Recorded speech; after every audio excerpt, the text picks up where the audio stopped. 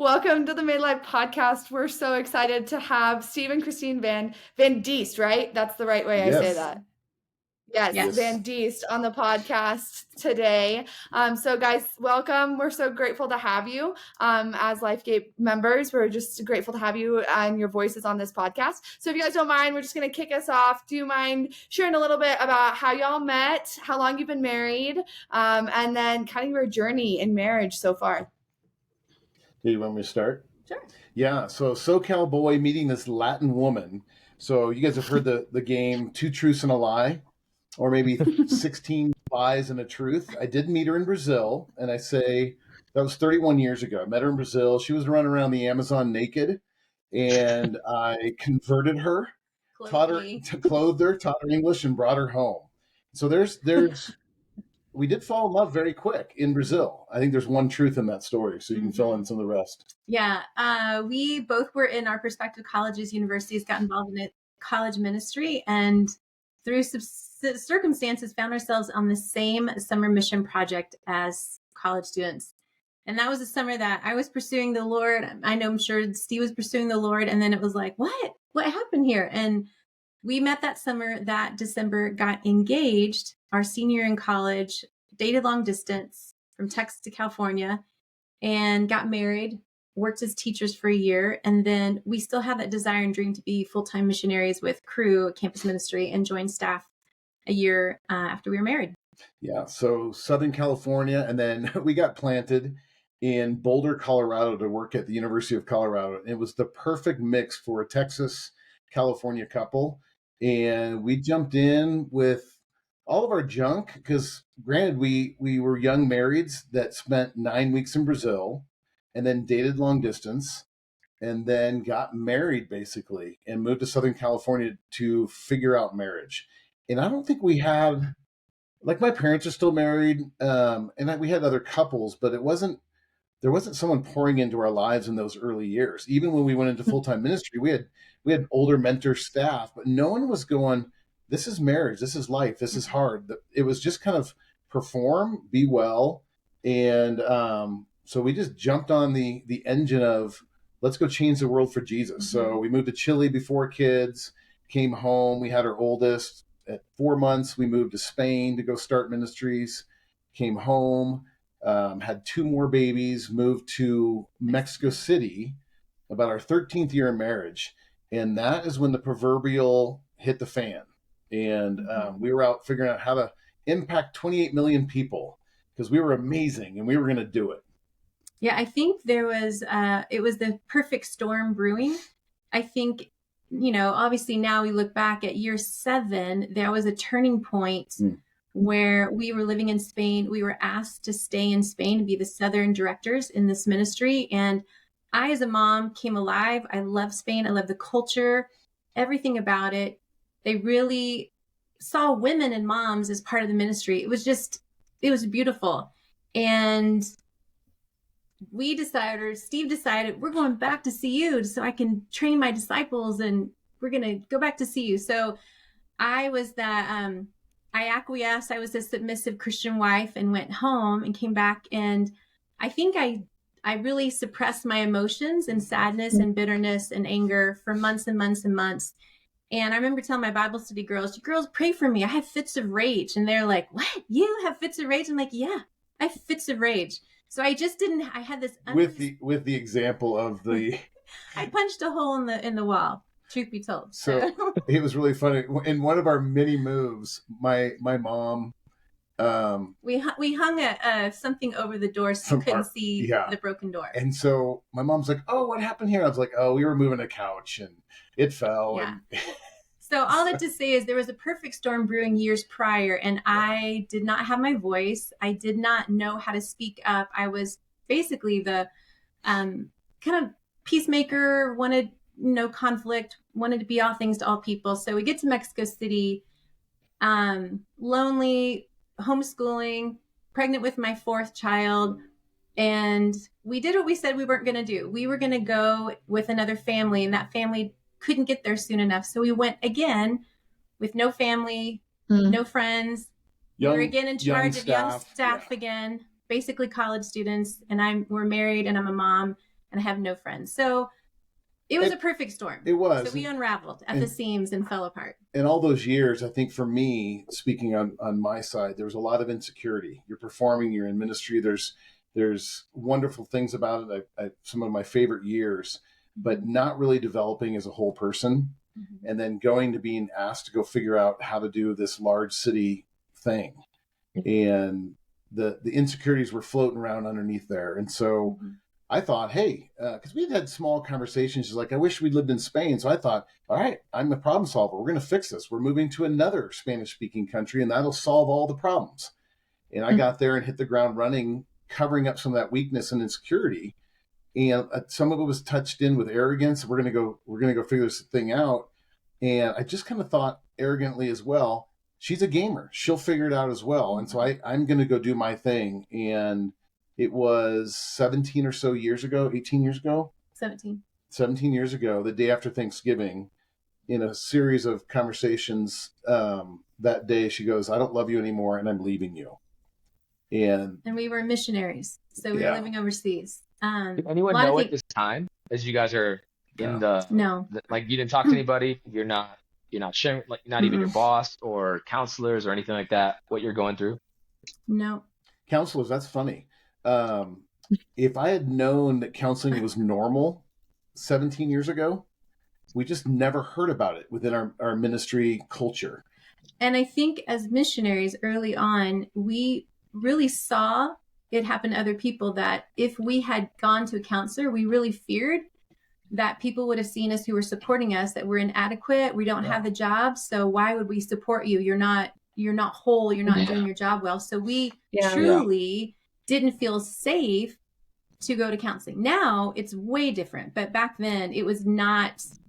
You didn't even talk about it if you were a missionary and you're going to counseling. You just kept it under the radar, so to speak. So 9 days later, after ejecting, because we'd sold everything in Colorado, cars, homes, stuff was all moved to Mexico. 9 days later, we found ourselves, we dumped a couple of our kids off in Texas with family. We had our 2-year-old with us here in Colorado, and we would drive from Wash Park. A friend gave us her house for 2 weeks. We'd drive to Wash Park, drop off, or from Wash Park to Lakewood to some lady we've never met, a daycare lady, drop off our 2-year-old. And we'd dive 8 to 5 every day for 2 weeks. We'd dive into 4.5 hours of counseling, intensive counseling, with about 4 hours of homework every day for 2 weeks. Wow. And so, back up for a second. You were ready to call it quits. You're basically saying, hey, I don't love you. I don't want to be with you anymore. So what made you even consider going to counseling? And even what made you give it a shot when you basically were saying, hey, I'm out? I mean, I think it took a miracle of God for me to get on that plane. My brother-in-law from Texas, my twin sister married her high school sweetheart. So I'd known my brother-in-law since we were all 16. And this is when you have dear family and friends. So Steve called that night, a perfect storm erupted, called that night. And the next day, my brother-in-law flies out to Mexico from Texas to help out. And I think having conversation with him, some other people, my parents divorced when I was in college. I, left some scars, some wounds that got resolved later. And I think it was that mama bear, like, okay, I'll try, for the kids, I'm going to try. Yeah. That was kind of what it took at that point. But it really took an act of God and almost being dragged on the plane at that point. And I think I was in a very ugly place. Like I was not thinking clearly. I kind of feel like I had there's a lot of things that were going on. I was not thinking clearly. Yeah. It was not a really pretty place. And then because my identity was wrapped up really in a couple things, changing the world for Jesus and marriage, day one of that intensive counseling, and really gracious counselor here in town, and still does this for people that are collapsing around the world. And he just really entered the presence of God was there. But this explains how dysfunctional I was. Somewhere in the first hour and a half, I said, can you fix her? Wow. My mindset was, if you can fix her, she can fall in love with me, fall in love with Jesus, get her right. We'll just go back to going and doing the thing we had. I didn't understand that Marriage 1, chapter 1, ministry days were completely over in that context. Mm-hmm. And I had a different experience.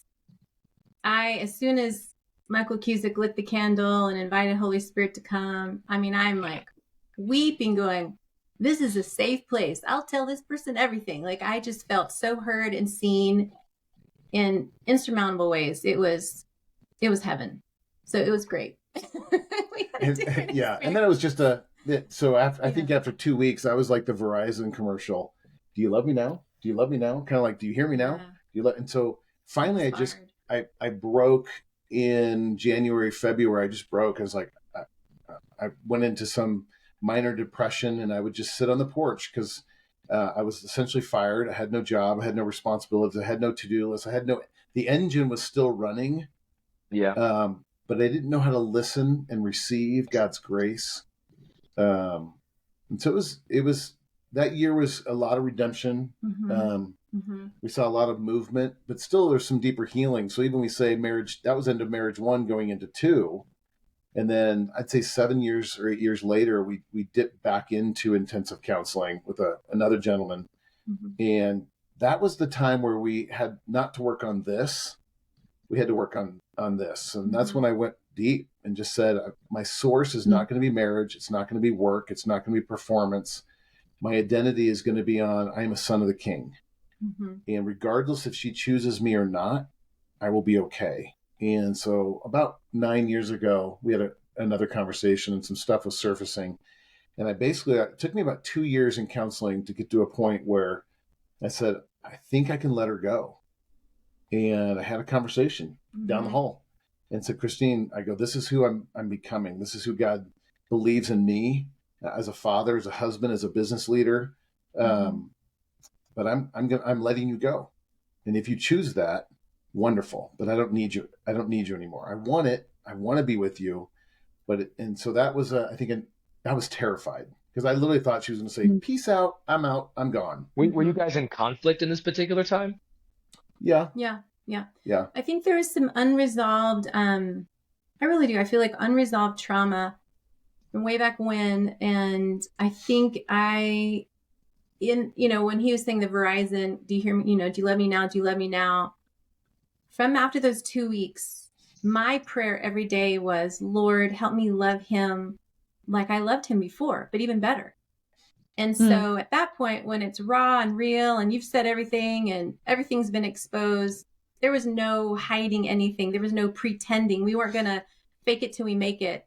It was really raw and real. Like every day, like he'd ask me, like, I'm committed, but I don't feel that love for you right now. I just don't.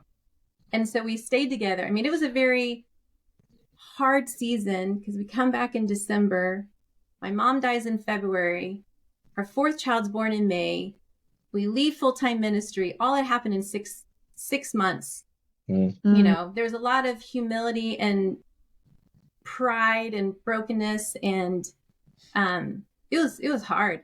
And so I remember in June, I don't know if I heard a sermon. I remember it's probably like a month after Jacob was born, May 26th. So I remember sometime in June hearing some sermon on listening to something, and I remember weeping, going, I love him. I really do. I love him again. So it was there, and I felt it, and I knew it was true. But then the hard work. But I do believe that 9 years ago, that was almost like the deeper layer of our identity piece, and finding that I'm not acting out when I'm not getting my needs met. And that was happening. I was acting out in ways to get my needs met, and it was wrong. And so when we went to this counseling, we went to the husband and wife, and this is like the counselor of counselors. So our counselor was like, we're too good of friends now. I can't see you anymore. You need to see my counselor. So we saw his. I think it was like the Archbishop of counselors in the area. He said to me, he goes, he's working with all the broken healers and pastors in town. He goes, you might as well just go. Go. So I remember working with David Donaldson and his wife, Faith. And when I met with Faith, she was, and this is when all my kids were still at home, she was pressing me like, Christine, what are your dreams? This is so like, it is detrimental to the health of your marriage. You've got to start dreaming. I'm like, I have no time to dream. I got 4 kids and all the things, and I am barely surviving. So dream what? And so she just kept pressing and pressing. And from that really allowed me to almost be that childlike faith again of, God, this is how you see me. This is how you've created me. This is what I have to offer and I have to give. And it's almost like, God, I see you again and you see me again. And this feels so right. This feels so good. And I think I had buried that, or I had, just forgotten about that. And I just had not attended to that. And it was so beautiful that from that is how, if you guys know, I love taking women on walking the Camino de Santiago, the spiritual pilgrimage. It was something we did with our ministry students, something we did with our family, but it was everything about it that I'm like, I am made for this. And when this was dreamed up 9 years ago, it took 7 years for it to come to fruition. But I would tell you, for 7 years, my heart was just gleefully happy that at some point I'm going to do this, and it's exciting. And it's immeasurable, like knowing that was something that I think sparked again this drive of and hunger for God, and not to be seen by my husband, that this hunger again for God. And that's when we were no longer enmeshed and codependent, but like, God, we are individually in love with you, and we're choosing each other, and that's why we say we're on marriage 3. Yeah. I was terrified at that time. Sorry, I was going to ask, did it ever occur to you, or maybe you did you ever ask Christine, just in in all those years of being married, hey, what are your dreams? What do you dream about? Did you ever ask that? And if you did, Christine, were you just unwilling to answer it, or it was right question coming from the wrong person? It's probably all of that. Did I ever ask it? Maybe. Probably from the wrong person. Did I ask it well to listen? Probably not. I knew how to do marriage. I didn't know how to do, because I think I was afraid when she first came home from Faith, and Faith was pressing around her dreams. I actually got scared because I thought her dreams are not going to include me or the kids. And she'll go off and run off back in the Amazon jungle naked, even though that's not where she came from. But it was, I would have those traumas. So I think early on, even if she would go, hey, I'm going to go visit my sister in Texas, I would have to, I'd call my counselor, and I'd do some therapy over the phone or tapping, just to center and go, wait, no, I'm a child of God. I'm okay. I'm centered. So there was a fear of asking and actually hearing. It's probably the same insecurity if you go back all the way to Spain, when I was offered a job and I was scared that if I actually pressed into this, something else would have to be required of me or for her. So it was terrifying, but I had to let go. And the help of counselor and help of friends, I just started to start grounding and saying, I'm okay. I didn't need her to fulfill my dreams. And so it's funny, I coach business owners, and one of my constant questions to the husbands that I coach is, what are your wives dreaming about? And the regular 100% answer is, I don't think she's dreaming. She doesn't have time. Or they don't know. Or they don't know. Or they haven't asked. So back to your question, I don't think it was a conversation. So I would push back a little bit. Well, I don't know your business leaders, so they might say. But if my wife Hannah is listening to this, I ask her all the time, what do you want? What do you want to do? What are your dreams? And I think her genuine answer is, I don't have time for that. I have birthed your 4 children. I am just trying to feed them and get them in bed, and then have a moment of peace to myself. So Christine, just for you, what would you say to the young mom, young wife? And by young, I don't mean in her 20s. I just mean you were in the thick of raising children. Right. And I think for people like my wife, she loves raising our children.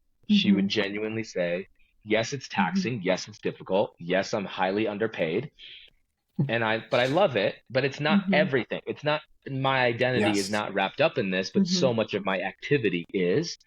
So I don't have time to dream about this. So what would you say to that young mom who wants to dream and doesn't have time for it? I think I totally hear that, because we did ask a couple of moms that have young kids, and I did feel that there's an overwhelming sense of, the moment I open my eyes to go to bed, it's consumed by my kids, their activities, what they're doing, how I'm feeding them, taking care of them, everything. And that's why when Faith asked me, I was like, I have no bandwidth. I have no space and margin. And so I remember being that younger mom, feeling that and thinking that. And I'm so glad she pushed back and kept asking me and dug deep, because I think if there is a healthy communication with you and your spouse as a young mom, and you feel like there's some breathing room, and you feel like you know your own joys, and you know your own, what makes me smile, what makes me laugh, what makes me happy, what I love doing. If those are true of you and you know that, then in some ways you're already kind of dreaming. You're self-aware of those things. If none of that, if you can't answer the question to any of those questions, then you definitely need someone to keep prodding you, poking you, asking you, a girlfriend, somebody, because it's going to be this negative spin that at some point there's going to be this resentment. I'm exhausted. I have nothing to give. I've emptied myself, and I'm not even filling up. There's like holes at the bottom of my bucket, and I'm not filling it. So I think it depends on the emotional and self-awareness of where someone is, that maybe they have a group of girlfriends and they talk about these things, or their husband and the spouses talk about this. That's awesome. That's healthy. And I would say if you're not, that'd be a good way to start. And husbands have to be okay with the dreams that they respond with that may not be directly tied into his job, his vision, his mission, his passions. And that was, I think that's some of the fears when I ask men is, and then when I've asked them in co-ed in front of the couples, there's sometimes that little subtle, am I allowed to answer this? Because I'm at home with the little humans. And I think I needed to be heard. I think that's why, sometimes counselors, that's what they're paid for. You need to be heard, because I think when I did share that dream with Steve, it's like, well, how is this going to be financially possible? And how long would you be on? And what would you be doing? And I'm like, whoa, I do not want you to pick apart my dream. That is mean. Like, that is not what I want to hear right now. So there's that too, right? Yeah, totally. Christine, if your dream is leading walks to El Camino, my dream is to walk the El Camino. So okay, yes. I asked Hannah to go with me. She said, absolutely not. You can go by yourself. And I'm like, Hannah, this is the kind of walk we were made for. You walk for a mile, then you stop and have wine and charcuterie. This is what I'm talking about. We should do this. Oh, it's so fabulous. We were trying to take a couples trip in 2025. Hey, I'm going. No joke. I've been reading books on this. I've been reading books on walking the El Camino. To me, there's no other place where it's the combination of it's physical, it's emotional, it's spiritual, it's relational if you're doing it in a group, or relational even if it's you and the Lord. Yeah. It's so amazing. And there's charcuterie and wine on the way. And it's seriously, it's like I've done it 4 times and she's done it 6 or 7 times, and all of our kids have done it. Makes me smile. In their middle school years with us. But you're talking, you've done the whole 1,000. Isn't it 900 miles the whole way? No, I do want to do the whole. Like when someone says they've done the whole Camino, that's when they started from St. John. Like it's a month long. Right. Yeah. We've only done it like technically the stages. We've done it 7 days out, not 4 weeks out. But at some point, it'd be great. If you do 60 miles, it's considered you've done it. Yeah, about 100K is the minimum. And then we've always done, like when we did it with the kids and we did it with students years ago, it was about 102 miles. And now you've dialed in about 75 miles. Yeah. So I take women, I stretch it out to 7 days, because that's about on average how much they really physically want to walk. And we still have great conversations. So I've kind of calculated. If we get one of those toddler backpacks that you put on your back, would you carry me? Would you carry me at times where? Well, I've done it. I carried a big-headed 9-month, 10-month-old. Our first baby, we carried him, and I walked 102 miles, and she did as well. Yeah. 2 years later, I pushed a 3-year-old and a 1-year-old and a baby jogger 102 miles, and then we made them walk it when they were 14 and 12 years later. I think one of their most fantastic memories, if you ask our kids. But it's fun because now even. It's at first, because she goes, I have this dream. I want to be in Spain for 4 to 6 weeks of summer once our last child is gone. And he's going off to school in about a year to college. And initially that sounds like, well, how can you function as a couple? Because she wants to go and live in Spain for 6 weeks. And I go, think I've morphed that to she a little has, bit. because she misses me so much when she's gone now. So she has to shrink it down. But initially when I heard that dream, I had to really ground myself and say, that's awesome. The Lord's going to fulfill that. He'll take care of me if I have to stay home for 6 weeks, or I'll just jump out and visit. And so I've had to really, sometimes I'll share that and people are like, well, is that good for your marriage to be gone for 6 weeks? And I don't know the answer to that piece, but there's a piece of going, if it's God's given her the vision, I can then adapt and morph to that as well and still hold true to who he's called me to be. And it's something really special. My vision includes him coming at me too. So I think he's forgotten that. Yeah. that we lead a couples trip, and that means he's coming. So yeah. So Christine, would you say that? So Haley, go for it. I'm asking way too many questions. I was just going to ask a question because I think you said that you had that dream come into you, right? Like that you voiced that dream, and then 7 years went by before the dream became a reality. And so like, I think that that's a really key piece too, as we're talking about all of this, right? Of the persistence of that dream. And so what did that look like in that season, right? Because I mean, 9 years ago, your oldest or your youngest is a senior in high school, right? Is that correct? Junior. Right? Junior in high school. And so, right, like 9 years ago, that would have put them probably like late elementary, right, mid elementary school. And so you have an older elementary school student, right, and then you're waiting for 7 years for this dream really to take shape. And so, like, what did that look like between the two of you, right? Like, because I think that there's this kind of endurance that happens in that season that is challenging when it feels like a dream maybe isn't coming to fruition for you. When Steve, it sounds like maybe there were some dreams of yours that were also coming to fruition at that time. So what does that look like as you guys walk out those dreams together?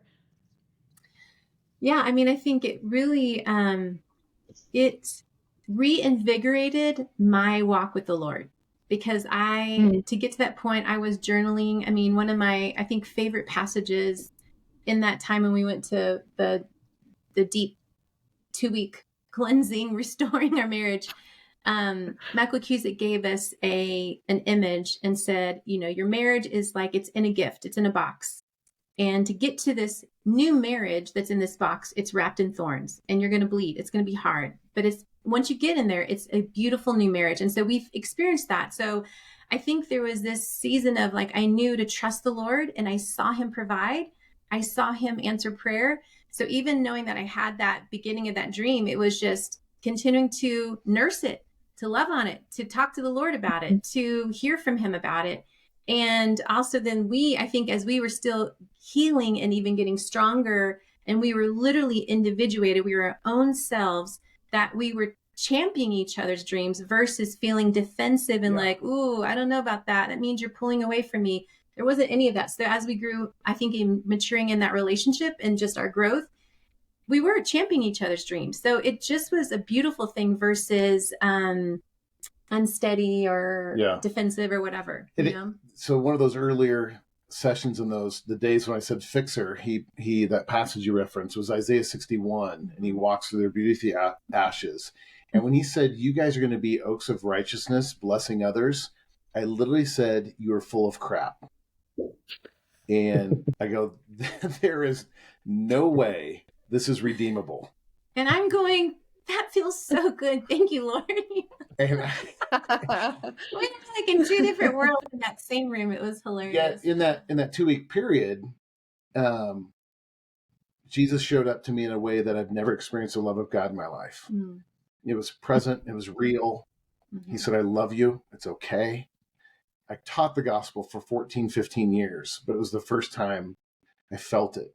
And so when I look back in having dreams now and having to wait, and there's been up and down in businesses. We started business successfully and we had them collapse, and we started other ones and sold. And it's been up and down of, oh my gosh, this is so hard. I look back in one of my Ebenezer stones to remember. I have to plant stones in the ground. Was 2006 to 2008. And specifically the second Wednesday of intensive counseling when Jesus showed up. That is inked on my heart, my mind, and my soul, that when he gives me a new dream and I'm at that weakest point, I just hear my Father saying, I love you. and I can trust it, and I can hear him saying it to her. And so it's allowed me to go, you know what, we're 53. Did I think I'd be this place now? But no, but I look back on, he is so faithful, and he will carry us through. Yeah. Amen. That's really good. That's really good. How is it for your kids this whole time? Are they seeing this kind of dysfunction, this conflict, or is it kind of really subversive and they don't quite see it? You know, was it 2 years ago? Christmas? Yeah, but even to start, so we have an 8. Yeah, the oldest was 8 years old when it all collapsed. We were in Mexico and everything collapsed. And so 8, 6, 2, and almost 2 in utero. Yeah, baby. And so we're in Denton, Texas, in that no man's land of, we just dropped out of Mexico. We left all of our stuff. I know we're never coming back, and we were about to come to Colorado for intensive counseling, and I'm still in save mode. I can fix her. So I'm like, we're going out on a date. And it's awkward. It's weird. And my twin sister's the one that's watching our kids. And they're like, yeah, go on a date. Because it's like, yeah, a date will fix a disaster of life. Yeah. And I remember saying to the kids, John was in the shower. And I go, John, we're going out. And he goes, to save your marriage? He was 8 years old. So we were like, out of the mouth of babes. Yes. And so did they know it? Yes. And so it was COVID year. All of our kids from CU Boulder planted themselves here. And a tradition we've done for years is we make all the kids come into our room, and not with the older college ones, we let them, but the tradition was you come into our room, drop off technology for the ones that we ban technology at night. And then we say a prayer, we do a devotional. And usually I'm kind of like, I want to go to bed. But with teenagers and college students and these siblings that love each other, they're goofy at night. And this night it's 4 years ago. We have a 21-year-old, a 19-year-old, a 12-year-old, and like a 10-year-old in our home, in our bedroom, laughing and giggling and telling stories. And out of the blue, my daughter, who's about 15, goes, I can't believe that you guys were going to get a divorce. And then Benjamin, who was about 20 at the time, 19, goes, yeah, Isabella, he goes, I was too little too. I don't remember a lot of it. It was in Mexico City when you were 2 and I was 5. And then John goes, oh, no, I remember it. He goes, I remember in Mexico City in that cool house that we lived in outside the city. He goes, Dad yelling at Mom saying, just stay for the sake of the kids. And then it gets really quiet in our bedroom. And then my daughter goes, wait, Mom, you were leaving Dad? Yeah. And it was kind of this pin drop. Yeah, pin drop. And at that moment, I felt like the Holy Spirit showed up, and I said, this is why we believe in the power of God in the gospel. And he speaks to us, and his job is about changing broken lives and making them new. Because what you guys see now and how we've parented the last 5 to 6 years is completely different than how we were as individuals and as marrieds. So did they see it? Yeah. And did they see the results? Yeah. And it's changed how we parent them, how we talk to them, how we release them.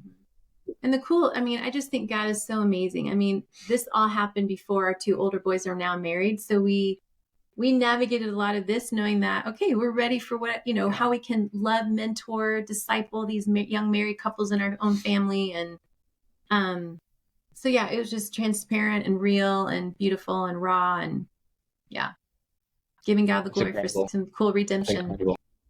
We'll talk about that for a second, because now you both are in different careers. You're not in full-time vocational ministry.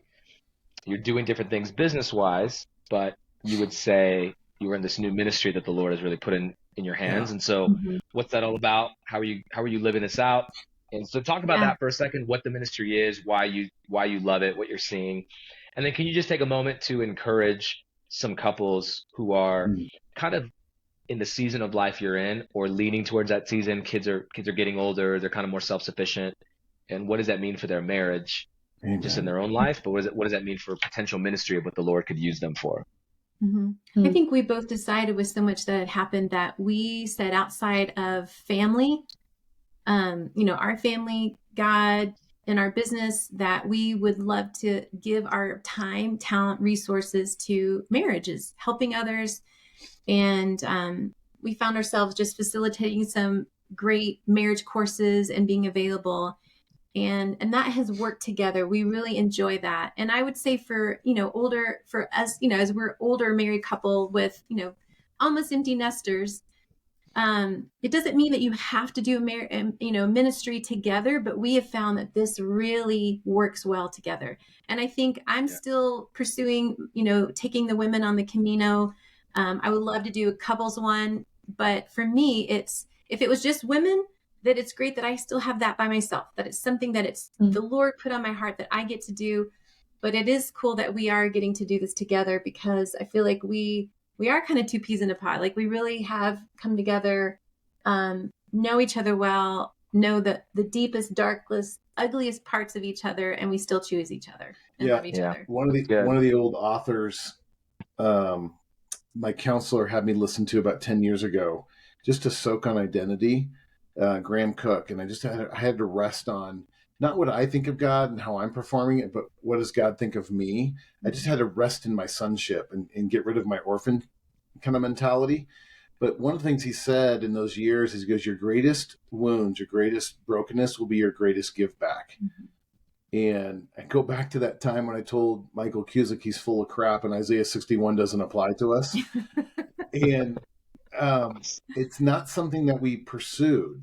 And I think there's this stage of life in our 20s, you're in that warrior stage. And then you get into 30s and 40s. And that's kind of that young professional, young family, young ministry years. And you grind through young, middle, late into your 30s and 40s. And I think it was Robert Clinton says, right around 50, you don't choose to go, but you're drawn out by something. Something by God draws you out of your 40s into a stage of life, and he calls it the convergence years. And I feel like that's what started to happen to us, because we weren't chasing it. We were just starting new businesses 3 or 4 years ago, and a church we used to attend basically said, would you guys help us, knowing our story, but then seeing the transformation in us, and said, would you help us coach and take couples through? And we use a course out of the Anglican Church in England called Alpha. Their Alpha Marriage course. And so we've been taking couples through that, about 130, 140 of them the last 4 years. But it's allowed us then to have a framework to draw couples in and then build relationships long-term with them. So it's an easy front door. It's safe. And then from there, we've seen God multiply. Some young couples have come in and said, can we teach this somewhere else? And we said, yes, it's free. It's not ours. And so I think it's given us a new vision of going, okay, we're in this season. This is not the seasons for golf and skiing and resting in beaches, and all those things are wonderful, and we do those often. But it's really renewed our vision to go, apart from our businesses, this is really what wakes us up in the morning to go, Lord, who can we help? I want to say yes anytime someone calls and says, can you help this couple? Or this couple says, I'm hurting. So I think it's given us a renewed sense to do it together.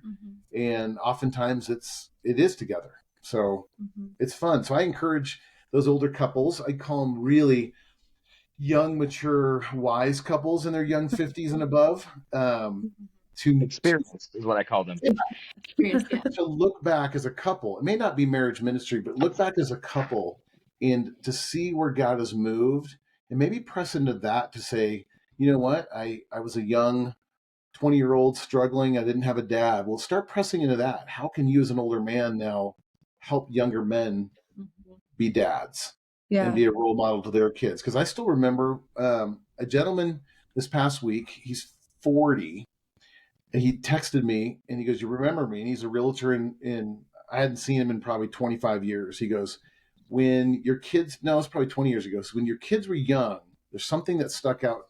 He goes, you said, Steve, I want my boys to smell my stink. I want them to smell my stink. And he texted me this last week. He goes, that has framed how I raised my 2 boys who are 5 and 2. And I think the power that we have as older men and older women, if it's parenting or it's marriage, to take on these young couples along the journey with us and to be with us. And I love what you guys do at LifeGate. And you say, open up your table. And that table might be on walks. It might be on vacations. It might be on a regular basis on your kitchen table, having drinks and dinner. But I think that's where I want to call a lot of my friends who are in their 50s and 60s saying, let's go. Because the most influential people that I follow now, that I read now, that are the most impactful, the authors and speakers, they're mostly over 50 and they've gone through a lot of brokenness and seen God move in a powerful way. Yeah. I would say that too is just maybe as a mom, as a wife, you feel, what do I have to offer? Maybe you think you've given your best years raising your kids. You might think that you don't know what your ministry is, even though ministering is to your spouse and your kids. But I think too, what has helped me is sitting with the Lord and asking God, who can I love and serve today? Who are you bringing in my life? Who are you putting on my mind that I can voice text, voice message, call, get together a group of women that I'm opening up our table one weekend a month and just like, Lord, who can I invite to our table this week? And that it's something consistent. So I think it's getting out of that mindset that you don't have what it takes, that you don't know enough, or that you're not a ministry person. But we all are ministers of the gospel. We all are called to others be reconciled to God. All of us, we've been given the ministry of reconciliation. So I think it's just sitting down and saying, what do you love doing? If you love whatever it might be, hikes, invite people to go on hikes with you. If you love pickleball, invite people to play pickleball. If you love food, invite people to eat with you. And when I was younger, and I love the fact that you guys are interviewing couples that have different stories. When I was younger in my 20s, I didn't hear this message of there's going to be a point and people came alongside of us. And so I remember our counselor goes, it's just like you don't always hear couples advertise that they had a miscarriage because it's not something you just post on social media and it becomes your story. Yeah. The other story that's oftentimes not shared is a lot of people see Steve and Christine and are like, oh, they've had an amazing marriage. They don't know the 7 years of hell and the $30,000 to $40,000 of counseling bills and the battles and the fights and the loneliness and the tears. So I think sharing the stories that there is hope, that you're going to make it through some of those dark years or the dark days, whatever it is. And for moms, those years of a lot of boogers and butts, hang in and keep dreaming. The Lord has you and he has great things for you. Yes, you will be oaks of righteousness. Guys, guys, I think that's such a, as a young married person myself, I feel encouraged by that. And so thank you for that. Because I think it's really important that younger people right here that sometimes it requires the mess, right? Like sometimes like it requires the hard and working through the hard. And I know Nirup talks a lot about that as well and his own stuff that he talks through. I just have a final question before we wrap us up here.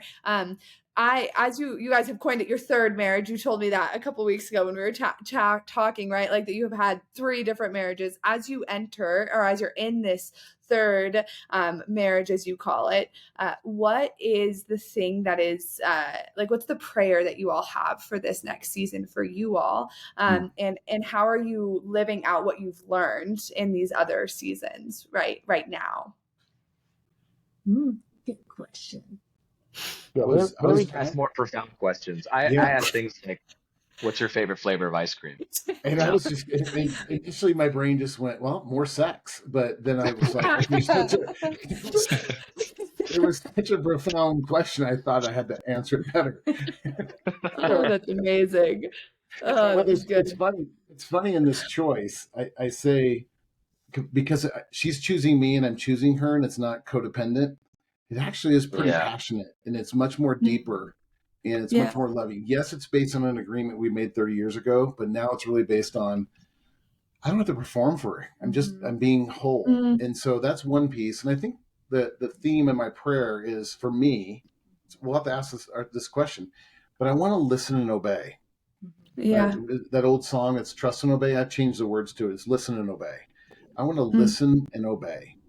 Because I'm good at working hard and obeying, but I want to be stopping and still, that I can listen to her, listen to the Spirit speaking, and then respond in obedience and let him move in lightness and freeness.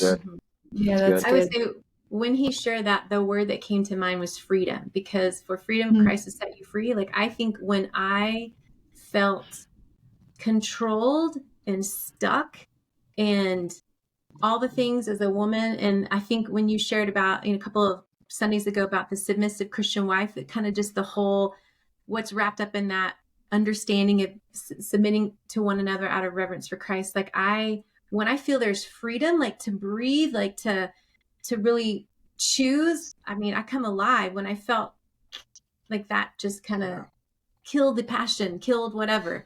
So I think that is important to me. And then rest. We both can work really hard. And I think we both came from being perfectionistic. I know that's what I had struggled with and saw the ugliness of that. But when I think going into this new year, my word was rest, like understand Sabbath, rest in the Lord. So most mornings I try to light a candle. That's my God time in our bedroom by myself. I don't want anyone interrupting me. If we had to do our time together, we'd probably kill each other. And I journal. But I think for me going into this new season is that we're not grinding for each other. We're not performing for each other. We're really resting in our, we are beloved. We are who we are in the Lord. And we are as a couple bringing the best out because we're listening and we're resting. We're just being sensitive to the Holy Spirit. We're being sensitive to each other, not in a meek and mild way, but in a respectful, curious way. And and then to me, flourishes romance and joy and spontaneity, not, well, I have to do this kind of thing, how we treat each other. Yeah, Totally. That's really good. One thing I was going to say earlier, I was going to say, wow, it really sounds like you guys grew from being an independent couple to a codependent couple to now really an interdependent couple, really learning what it means to be there for each other, to support each other, to acknowledge one another, to honor one another, but not needing the other one to the point where essentially you've become each other's functional saviors. I can't function without you. So you went through that really beautiful progression. And I remember, the first time we met having sushi and I'm just like, man, tell me about your marriage. And you're like, well, I've been married 3 times. I'm like, okay. That's a great way to start the conversation. And then you're like, to the same woman. Then I'm like, okay, now I'm very confused. And then you walk me through it. And I was like, I just love the way that there was just no facade.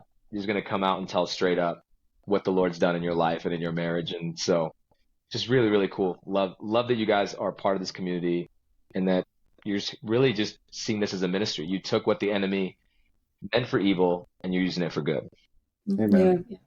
Amen. It's good. And that verse is for you. You should take that verse. And on that note, Steve and Christine, really thank you guys. Thanks for taking the time to talk with us. It was such a blessing to get to hear your story. So thank you for taking the time. And we're just really grateful for you guys. So thank you so much for being here. Thank you. Thanks for having us. Yeah, thanks guys. Appreciate it.